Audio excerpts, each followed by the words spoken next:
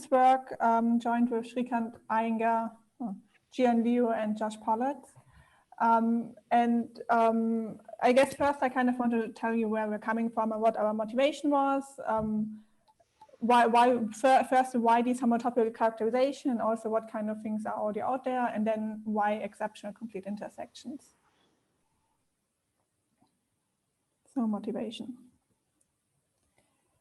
So throughout the talk, I'm always going to talk. R is usually a commutative ring. At some point it will be local, but for now it's just commutative Noetherian. Then the derived category of R are denoted by D of R. So this is the derived category of all R modules. And I'll denote the suspension or shift functor by sigma. So this is triangulated with suspension sigma. And then, so there's been some kind of,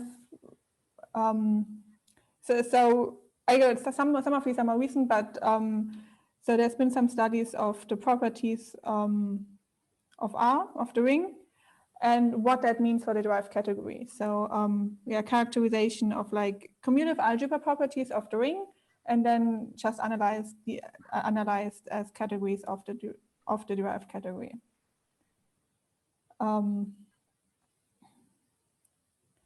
So, and the first property that's pretty well known is when the ring R is regular. This is equivalent to saying that every object in the bounded derived category of complexes of dB mod R, these are the complexes that have bounded total have finitely generated total homology. It means the homology is bounded and in each degree finitely generated. And the ring R is regular if and only if every object in this category is compact. Or another word for this would be small, or also perfect. So this is pretty well known. So the next property that more recently has been studied were locally complete intersections.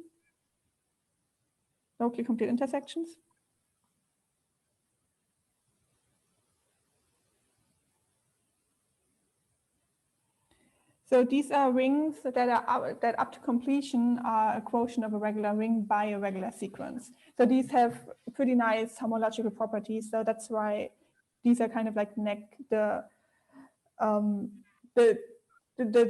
next group of rings that make sense to study. So these are characterized by saying that every object, again, in the bounded derived category of finitely generated modules, is now proxy small. So proxy small means that so that means not that so an object is proxy small if it builds a compact object and they have the same support. That means they build the same localizing subcategory. So this is due to various people. So one direction, when the ring is a complete intersection, and then going to the right, every object is proxy small. This is due to Dwyer, Greenleaf, Iyengar.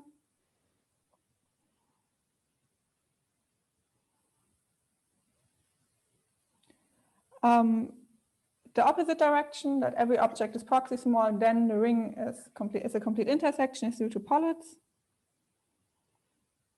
And you might have noticed I always said only complete intersection, and then local complete intersection just means it's after localization of prime ideal, it's a complete intersection. This localization step was done by myself. So maybe I want to point out here for both of these characterizations, they are both local. That means a ring is regular if and only if it's local at every regular. It's regular at every localization, and the same holds for the right side for the properties in the derived category. So this is something that will actually change for exceptional complete intersection maps. So that's the whole point. So these are about rings. So as a next step, motivated by this last characterizations, we characterized locally complete intersection maps. So that was done by Ben Briggs, Shrikant Iyengar, myself, and Josh Politz.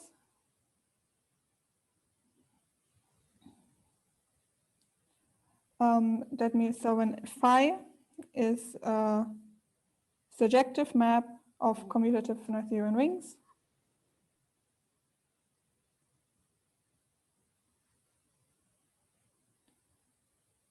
then the following are equivalent. One phi is a locally complete intersection map.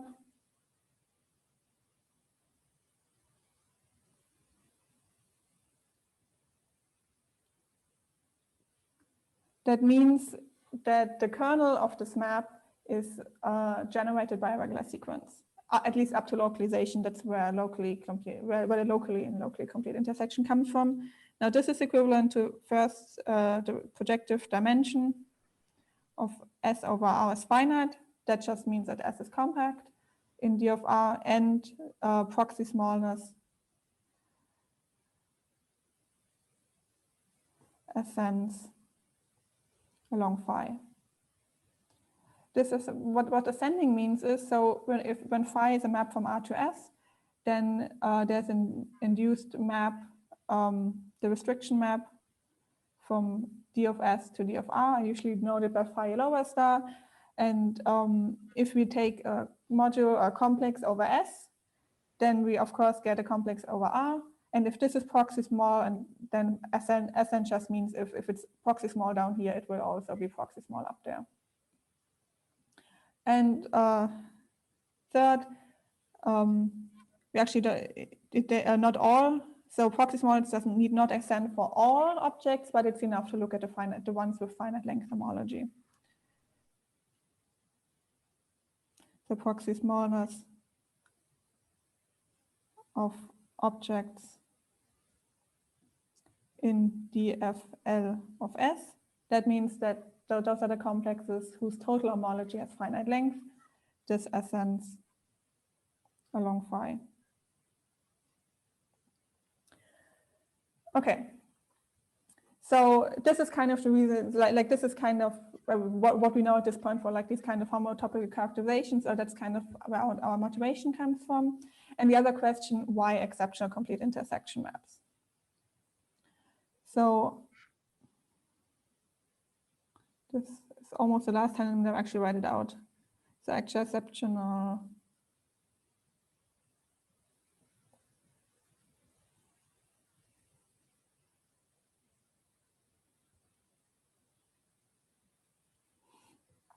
So from now on, we're actually only looking at local rings. So phi is a map between local Noetherian rings, a surjective map.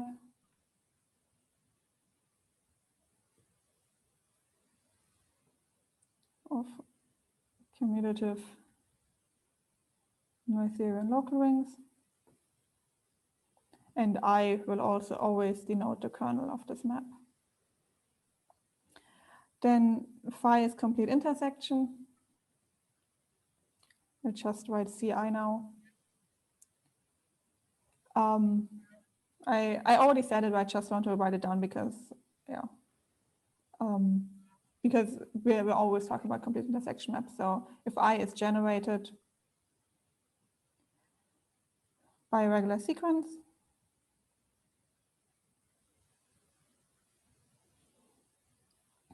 and phi is ECI, that means exceptional complete intersection.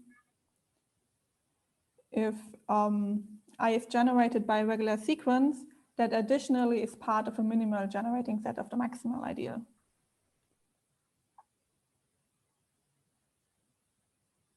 By a regular sequence. So that can be extended.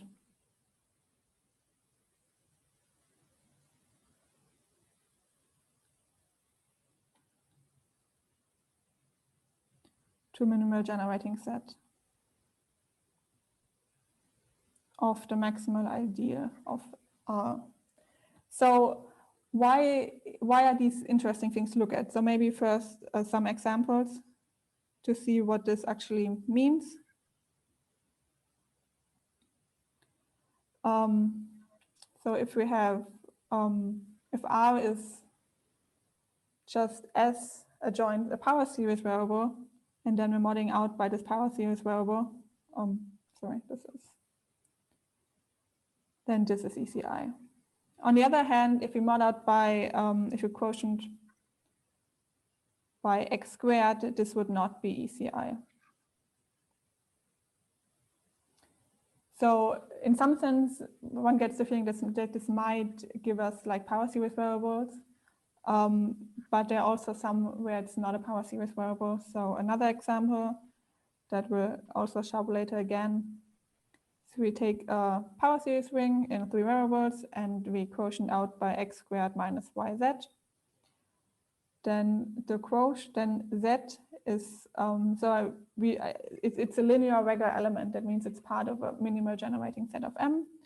So this is now, so S would be xy quotient out by x squared, and this is also an ECI map, an exceptional complete intersection map. So these are kind of the rings we want. These are like the first and the last example are the kind of the rings that we're looking at if we study exceptional complete intersection maps. One of the reasons why we studied them, one question that came up. Oh, sorry, it's a little bit slow.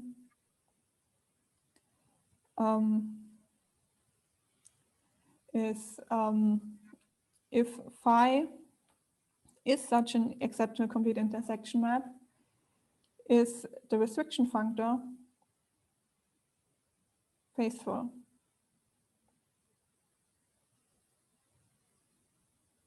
So the reason why we looked at ECI maps is because complete intersection for them it's not sure. That's relatively easy to see. But so exceptional complete intersection maps seem to be kind of the next natural step to do. And maybe I already tell you the answer will be no. But this was also like one reason why we started looking at these kinds of maps. Before I also mentioned 2 properties of ECI maps. So first, I, that is the kernel of phi. So at this point, I'm not assuming that phi is ECI. So this is just a way to check whether it can be generated by a sequence that can be extended to a minimal generating set of the maximal ideal. So I is generated by a sequence that can be extended to a minimal generating set of M if and only if the natural map from I modulo I quotient by Mi to the maximal ideal quotient by the maximal ideal square is injective.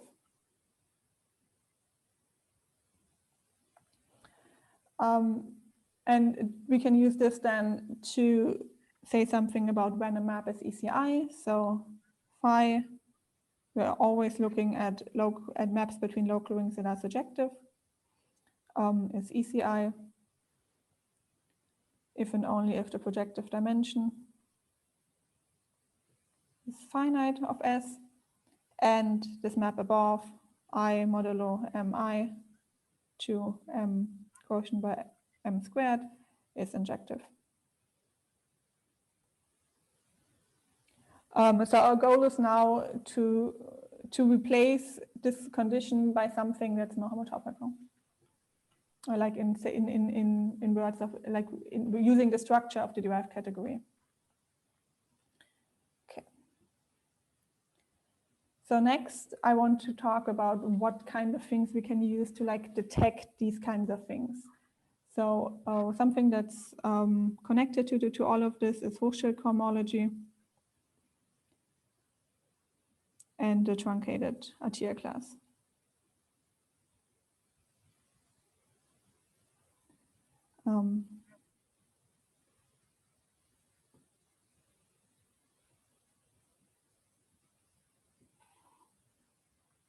Okay, first I just want to define these things. So Hochschild cohomology.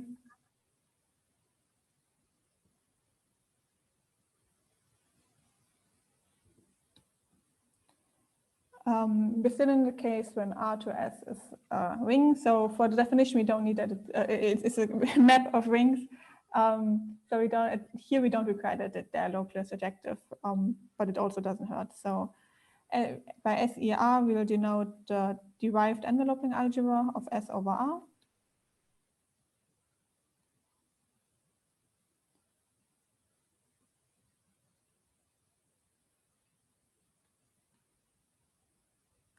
Then the Hochschild cohomology, HH, S over R is defined to be the X group over the enveloping algebra of S against S. And this is part of the center of the derived category of S. And the Hochschild cohomology is a graded commutative graded S algebra. So graded commutative graded S algebra. The graded commutative just means it's commuting up to a sign depending on the degrees of the elements. For every complex over S, we obtain the so-called characteristic map chi-x, going from the Hochschild cohomology to a map from M to an anamorphism from M of M just by tensoring. Sorry, now I'm switching notation. I'm using X now. Just by tensoring over S. And this is called the characteristic map.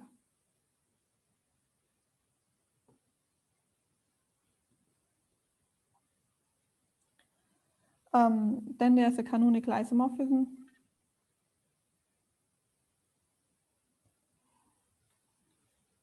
Delta phi, so since it depends on that map, from the homomorphisms over S, from I mod I squared to S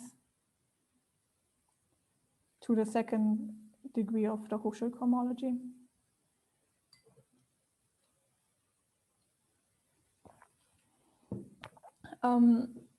Okay, so now in the special case when phi is a complete intersection, we actually know explicitly what a Hochschild cohomology looks like. So if phi, R to S is a CI, then this map in degree 2 yields an isomorphism between the Hochschild cohomology and the symmetric algebra over these homomorphisms.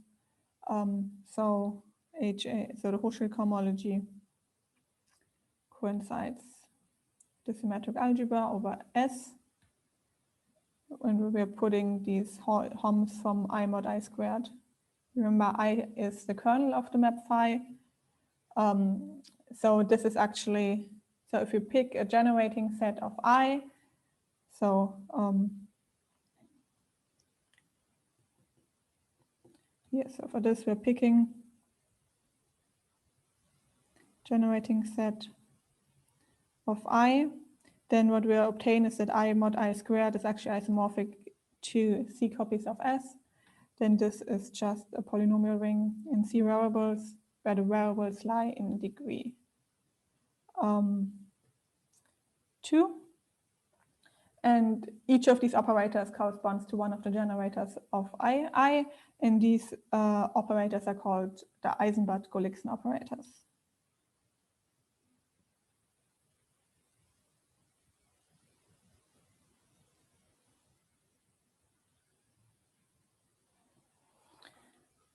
Okay, and then we say that the second, so we're focused mainly on the second degree Hochschild cohomology, because that always also already tells us enough to check kind of the complete intersection property. So we say it acts trivially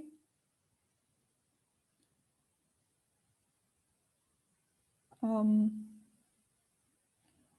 an S complex,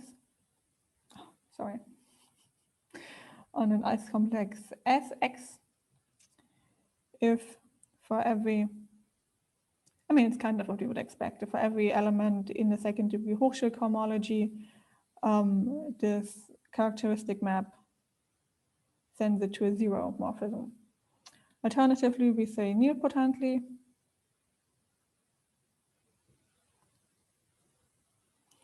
If composing this characteristic map if itself eventually yields zero morphism, so chi x eta to some number.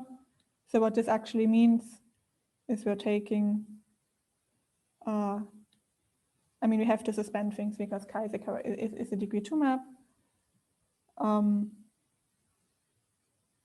That this is actually zero.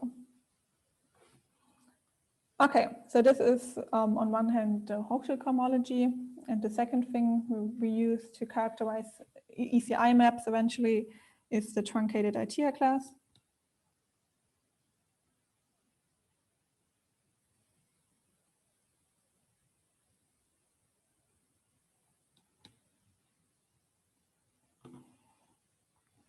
So again, SER, that is the derived enveloping algebra.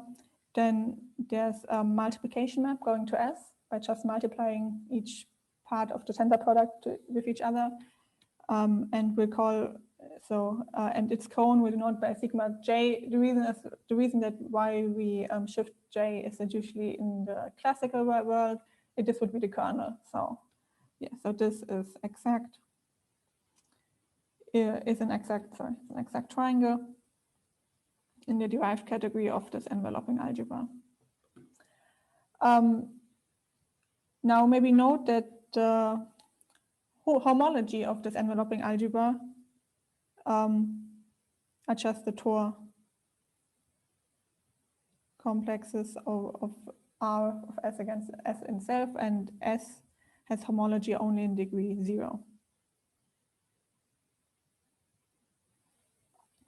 So that means that the homology of J actually only contains the higher Tor groups of S against itself.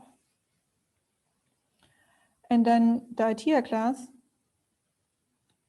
is the map going from S to the suspension of J, now to the smallest part of this Tor. So Tor. And we can map this one to I mod I squared. This is an element, is a map from S to I mod I squared in degree 2.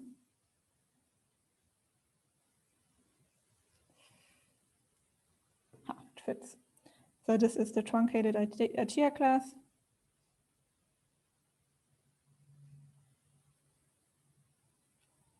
The truncation happens, I mean, in this step, because we're kind of forgetting everything higher. And then for every S complex, we obtain the ITEA class at X by tensoring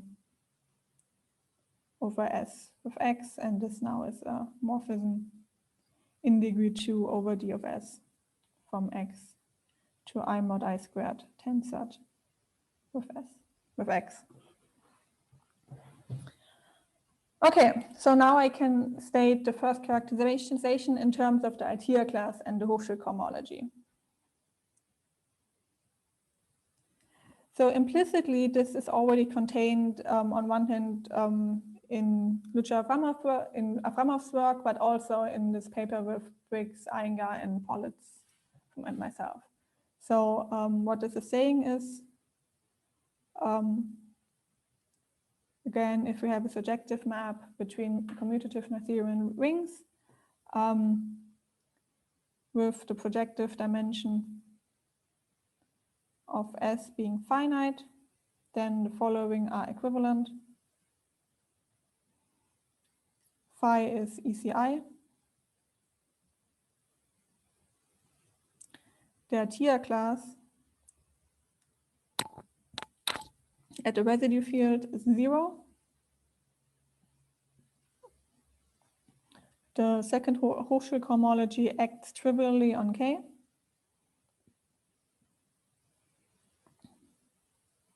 And actually, it's also enough to check that the Hochschul cohomology acts nilpotently on K.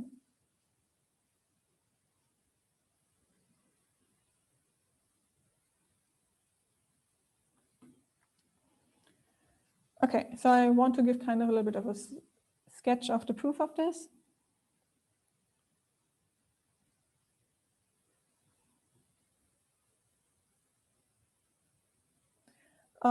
So what this uses is the connection between, on one hand, the Hochschul cohomology, the tier class of K, of the residue field, and Antrequillen cohomology.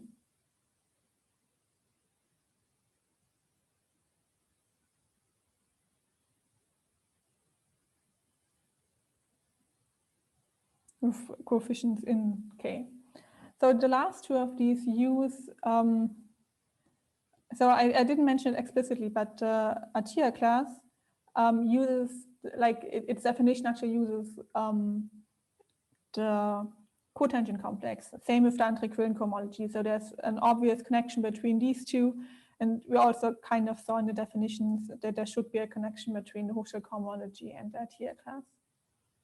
And via the Antrequillen cohomology, we will get that this map that so what we saw earlier is to characterize an exceptional complete intersection map, we have to look at this map I mod mi to m mod m squared. And Antrequillen cohomology will give us information about that map.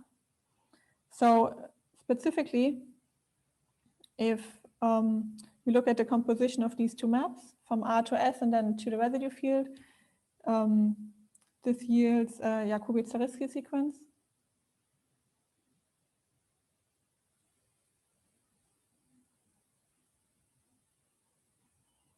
So since these maps are all surjective, Antrequillen cohomology vanishes in degree 0.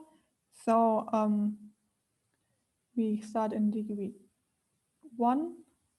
So all of this is with coefficients in K.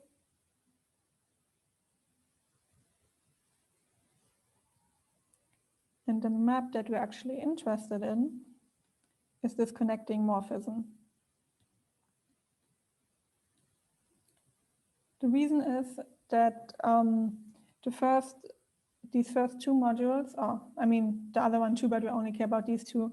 So the first Antrequillen cohomology from R over S with coefficients in K is actually just the dual of I mod M star.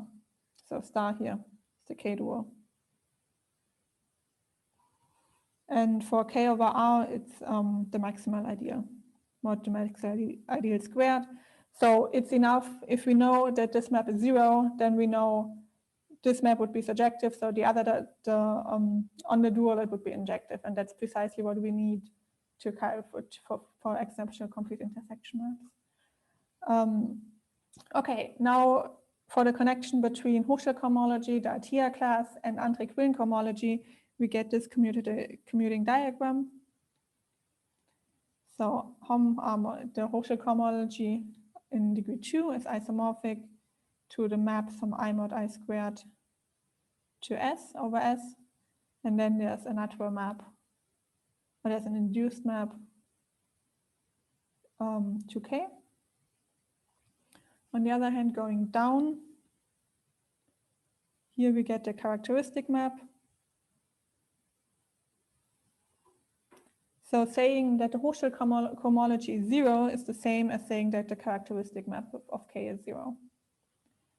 And then here we have on the right-hand side that this is actually just the Antrequillen cohomology, and here we look at this connecting map delta.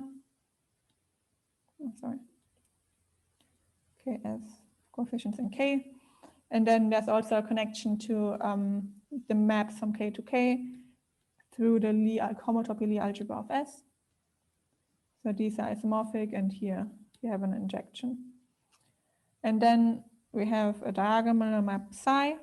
So at this point, here we have Hochschulcohomology, here we have the Antriquillen, and in this middle we get the truncated Artier class. So psi is actually the map so we first apply in the first component, so yeah, the Artier class. So this goes to here and then going one further, getting rid of the derived tensor product. Against K. So here we obtain the Artier class, and then additionally in this diagram, the image of this diagonal map psi is the same as the image of the characteristic map.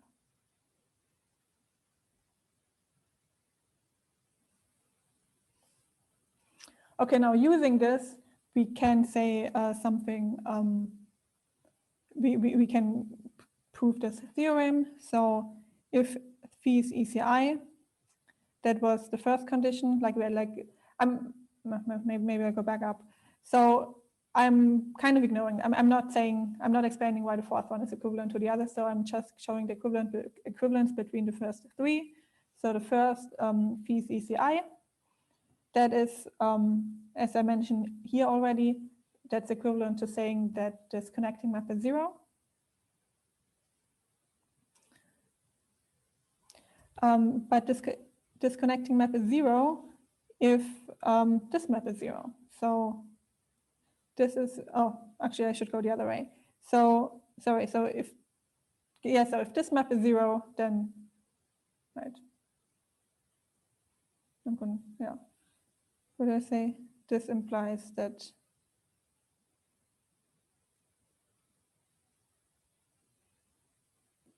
oh, sorry, no, yeah.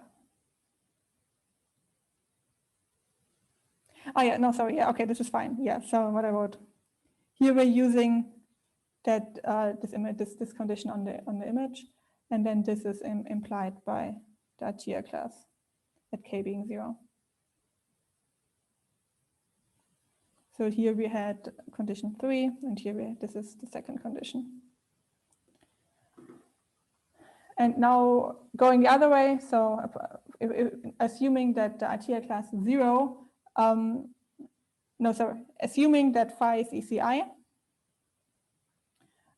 we actually get, so if you're already phi is only complete intersection, we get by direct computation.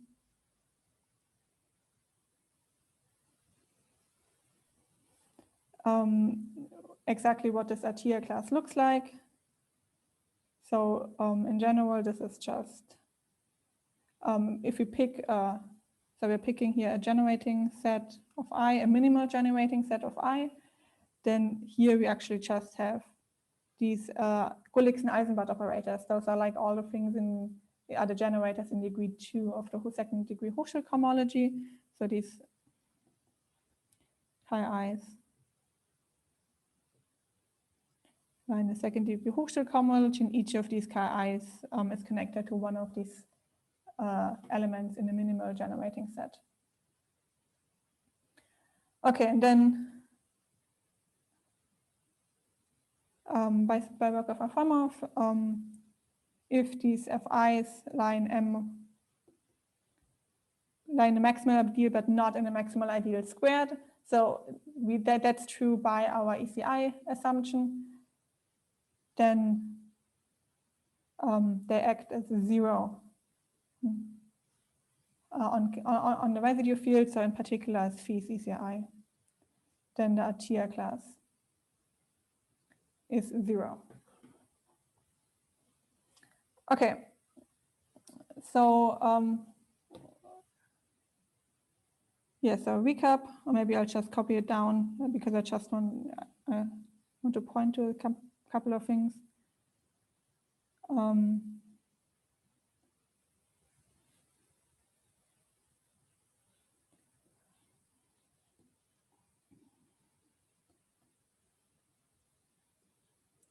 So what we have showed, what we have seen now, if phi is a surjective map between commutative Noetherian local rings, such that the projective dimension of S over R is finite, then phi is ECI if and only if the truncated arterial class of the residue field is 0, which is then equivalent to saying that the second-degree Hochschild cohomology acts trivially on K, or also equivalently acts nilpotently on K.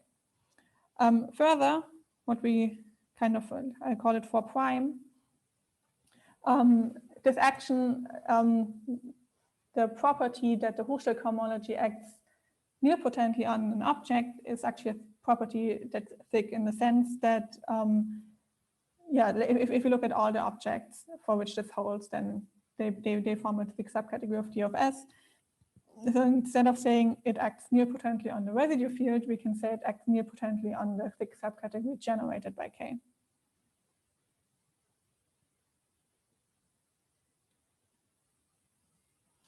So acts nilpotently.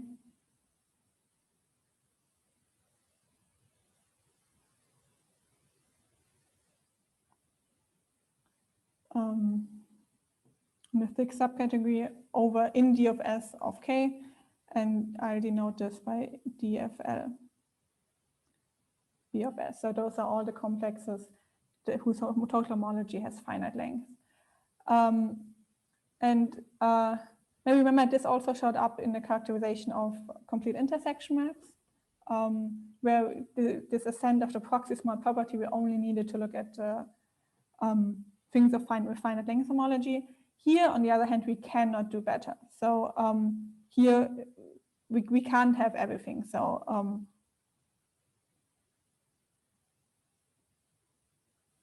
like this, like it's if phi is an exceptional incomplete intersection, it need not hold that HH2 acts trivially on every complex. So example.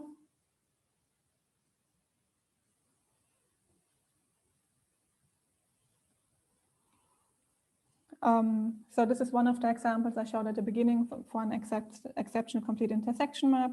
So R is a power series ring in 3 variables, quotient by x squared minus yz. I'm quotienting out by z.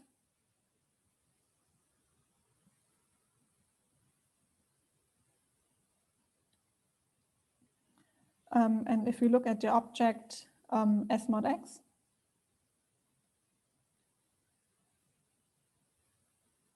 note that this does not have finite length homology. Then Z yields an element in the second-degree Hochschild cohomology. This is actually the only, like this is the generator in the second-degree Hochschild cohomology over S, because that's only free module over S of rank 1.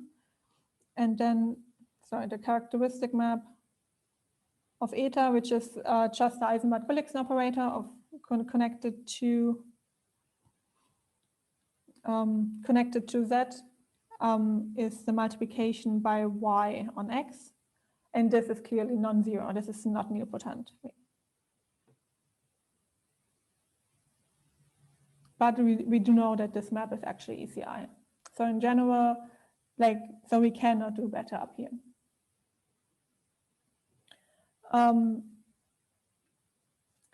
Yeah, and also maybe another reason, another way to see this, why it actually makes sense that we only should look at things over only finite length things.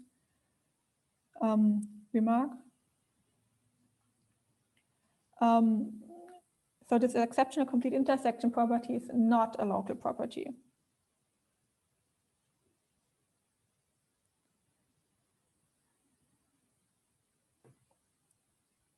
That means localizing at a prime ideal, localizing in an ECI map at a prime ideal, at a prime ideal does not yield again an ECI map. So example, same one as before. We're looking at x, y, z, quotient by x squared minus yz. Then, I mean, we've always used it. I just want to write it down here explicitly. This is a non-zero divisor. And saying it can be extended to a generating set of M just means it lies in the maximal ideal, but not in the square of the maximal ideal. then looking at the prime idea generated by x and z, we obtain that z is actually x squared over p, which now lies in the prime idea of R localized at this prime idea. So this is not ECI anymore. And lastly, I mentioned that one of our motivations looking at exceptional complete intersection maps is that we want to look at this at this restriction functor. So phi is ECI does not imply that the restriction functor is faithful. But what we can say that the following are equivalent. So we can say that this map is actually faithful if and only if the second degree Hochschild cohomology acts trivially on all objects.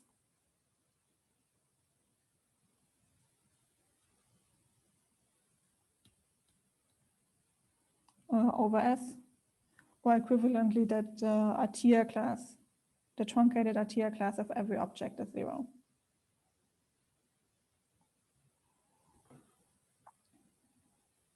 Okay, so in the remaining time, actually, now I want to move on to the more homotopic characterization, because like Hochschild cohomology and Artier class, they still depend like on kind of the ring and what we know about it. So if we want to like only look at only using the structure of the derived category,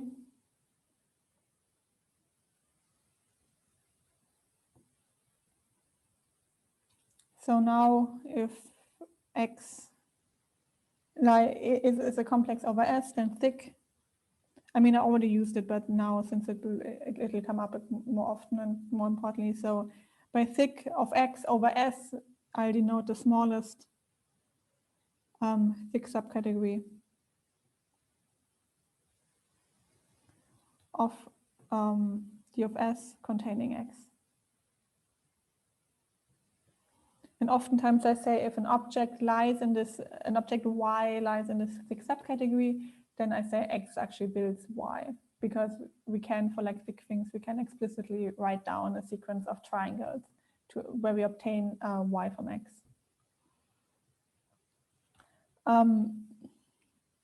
Now, as usual, phi is a surjective map of commutative Noetherian local rings. X is an object over S. Then what we'll look at is the tensor product of S over R with X. And this is an object in S via, or we look at this as an object over S via the left S action. So notice this object, of course, also has a right S action, but we care about the left one. And that's actually really important to note, because that means we're taking a projected resolution of X to computers and not a resolution over S. But if we restrict this back to R, we actually could look at it either way. So now if the projective dimension, of S over R is finite, then the thick subcategory now over S of X. So what this actually means, I guess there's a little bit abuse of notation. So whenever I consider X as an R complex, I'm not writing phi lower star X, I just write X. This is actually exactly the same. This thick R of S, this complex, because taking a resolution of this just yields that all of this is actually just a bunch of summons of X. So important to note is that this need not be true over S.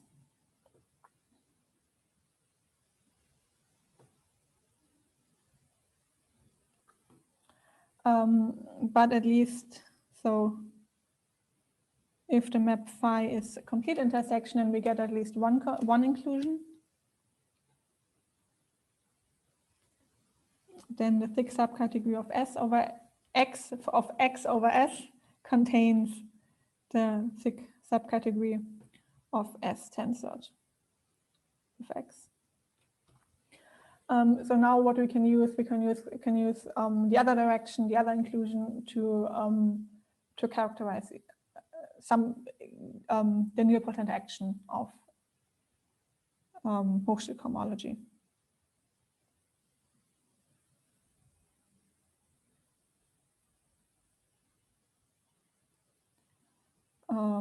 So our usual map phi, if this is complete intersection and X is an object, is an S complex, then the following are equivalent.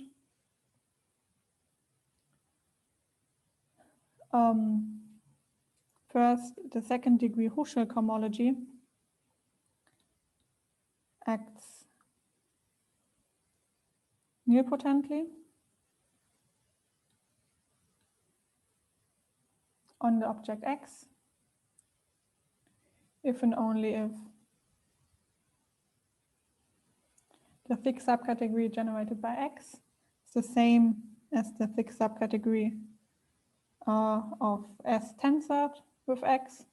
So remember, one inclusion holds just because we're complete intersection, but the other inclusion will depend on this.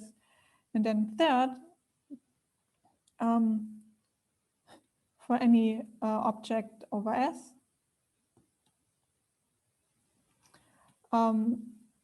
X is built by Y. That means X is over Y. Sorry, yeah. If and only if the same holds over S.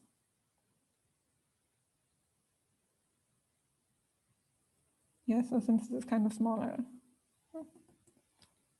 So here this tells us something about the building over R compared to the building over S.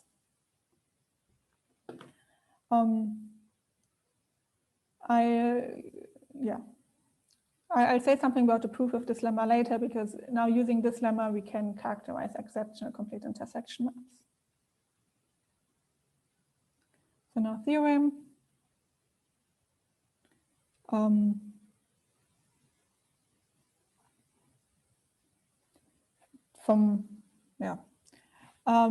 So for phi,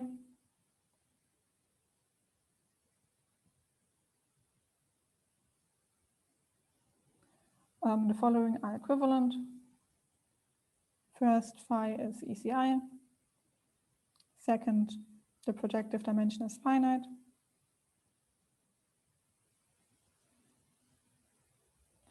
And phi has ascent.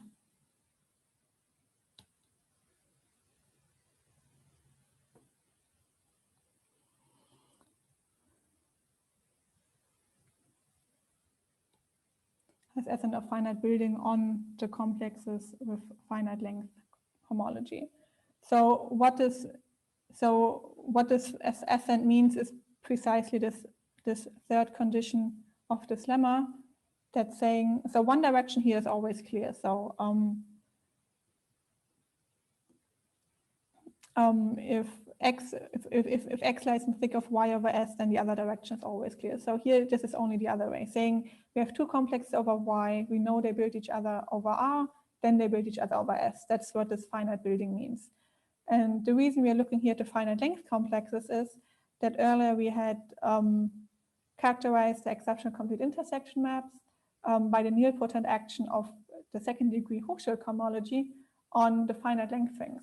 So that's how we kind of like that's why we get this statement. But now we can use this statement to say something about the lattices of thick subcategories.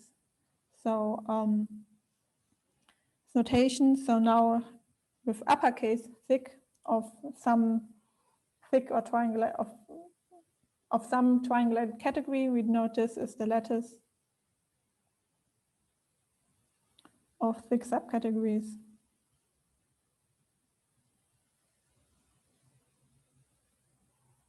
of the triangulated category T.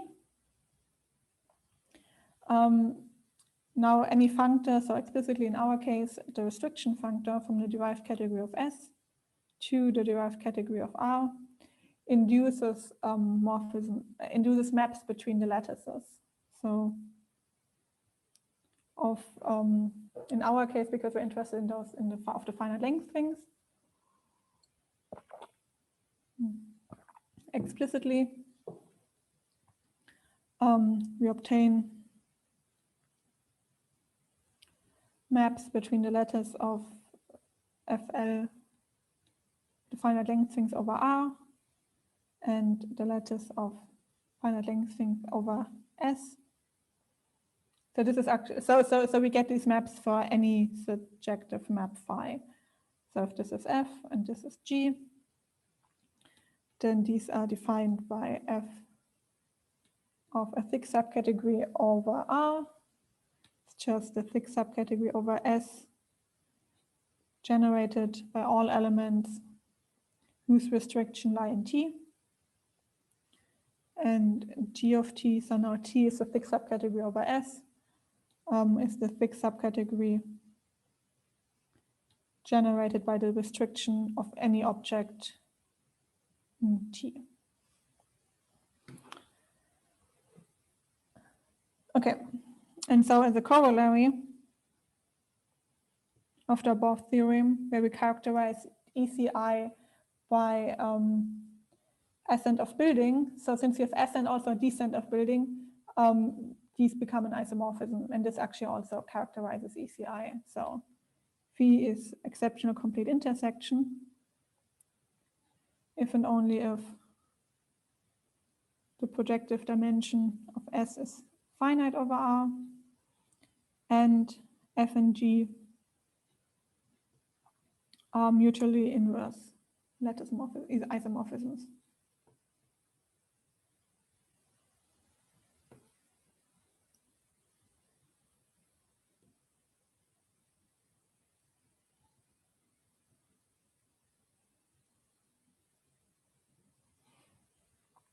So that means we can restrict the question of what these look like to things of depth 0 and usually. Okay, now I have 5 minutes left, so I'll use this 5 minutes to maybe to explain a little bit the proof of this lemma, because this ends up actually being essential for the proof for the theorem. So just let's remind us what the lemma says. So if phi is a complete intersection map, then the second degree Hochschild cohomology acts nilpotently on X if and only if X and S tensor X build each other, if and only if we have this ascent and descent of finite building. So the equivalent of 2 and 3 is actually relatively, is pretty straightforward, because for one direction here we can just pick y equal to S tensor x, and then clearly we obtain precisely the statement because we know it holds over R. So we know this holds over R, and by 3 then we would also obtain it over S. And for the other direction, it's a similar idea. We just tensor over X over S and also Y over S and obtain something similar. So the equivalence of 2 and 3 is straightforward. So I'll only say something about equivalence between 1 and 2.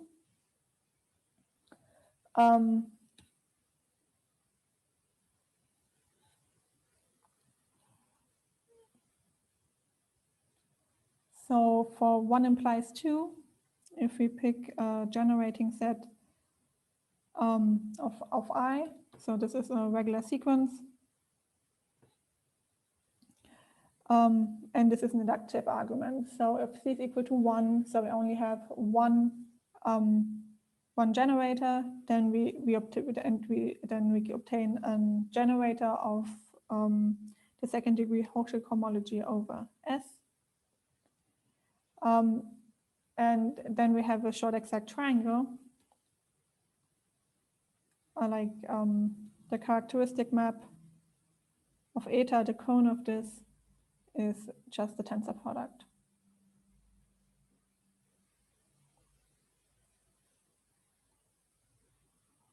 And now the octahedral axiom tells us that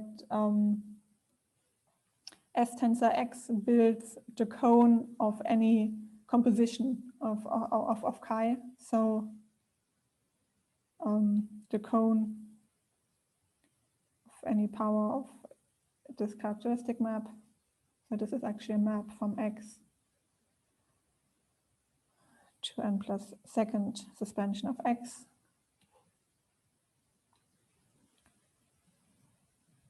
Nice and thick.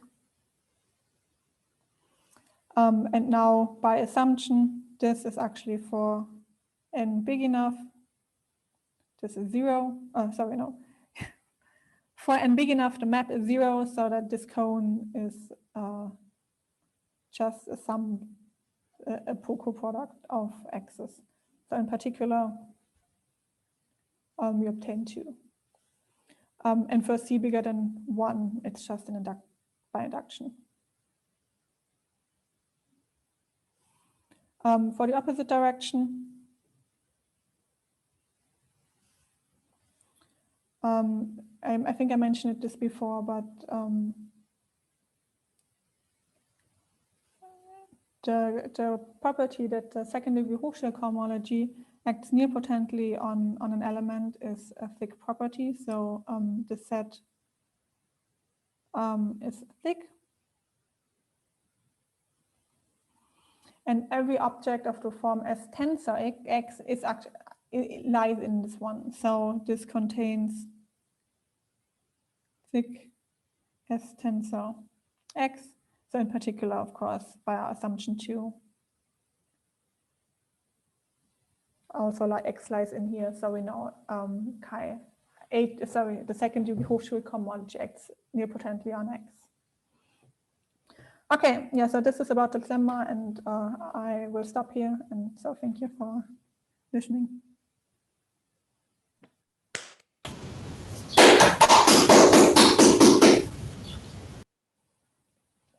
Are there any questions?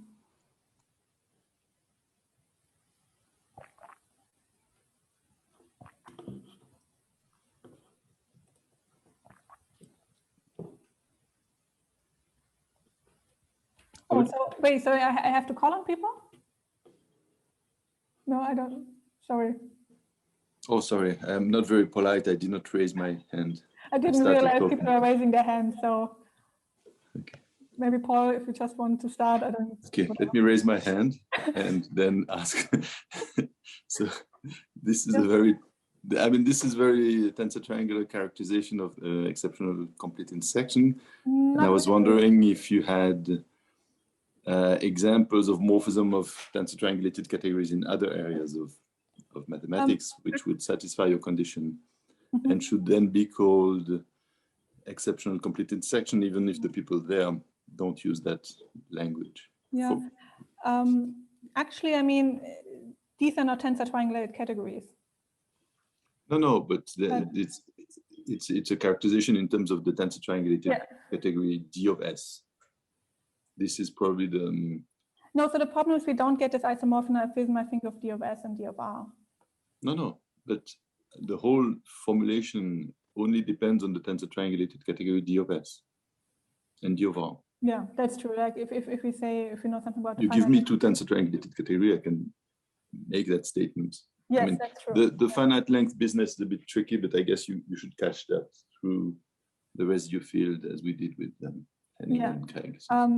Actually, I don't know. So we haven't looked at this property like at any other examples. Yeah, I think Radha had raised her hand. Yes, but actually I answered my question. It was very trivial, so okay. It's fine. It's good. Okay. Henning? Yeah, thank you for a very nice talk. I'm actually just wondering about this correspondence between these 6 subcategories, F and G. Yeah, is this something you can compute actually in examples? These lattices? No.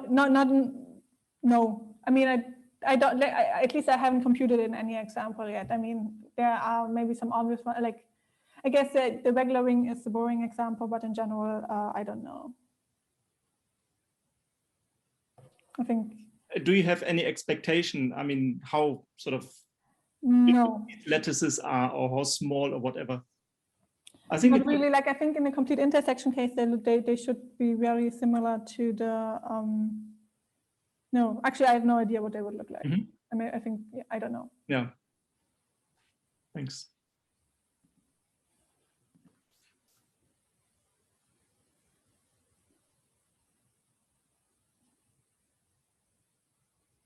Now Radha has a question. Yeah. Oh, yeah. I've raised my hand again at another attempt. I'm trying to couch it in a way so that even if it's totally trivial, you won't realize it when I ask you and only realize it 1 minute later.